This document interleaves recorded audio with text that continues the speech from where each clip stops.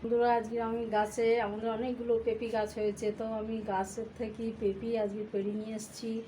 পাড়ার চিন তো দেখাইনি, কাটারও চিন দেখায়নি, রান্নারও চিন দেখায়নি। তো আমি আজকে পেঁপের তরকারি করেছি। বাড়িতে ছোলার ডাল ছিল, ছোলার ডাল দিয়ে আলু দিয়ে নিরামিষ তরকারি করেছি। পেঁয়াজ রসুন আদা সব চুড়িয়ে নিয়েছি, একটু জিরির ফোড়ন শুকনো লঙ্কার ফোড়ন দিয়েছি। রান্নাটা হয়ে গেছে, একটু গরম মশলার গুঁড়ো দিয়ে নামিয়ে নেবো। তো বন্ধুরা চলুন আমার রান্নার ভিডিওটা আজকে দেখবেন। দেখুন বন্ধুরা, আমার তরকারি হয়ে গেছে। আমি একটু হাতে গরম মশলার গুঁড়ো নিয়েছি, এই যে ছিটিয়ে দিলাম। অল্প মাত্রায় দিয়েছি, বেশি দিলে ভালো লাগবে না। তো আমার রেডি তরকারি, তাই আপনারা দেখুন। বন্ধুরা, আমি এখানে একটু তরকারি তুলে নিয়েছি, খেয়ে দেখাবো আপনার। একটু জোর দিয়ে দিলাম, গ্যাসটা কমানো ছিল। আমার এখানে রান্নাটা কমপ্লিট হয়ে গেছে, আপনারা দেখতে পাচ্ছেন আমার রান্না। এই যে আমি এবার গ্যাস ওভেনটা অফ করে দেবো।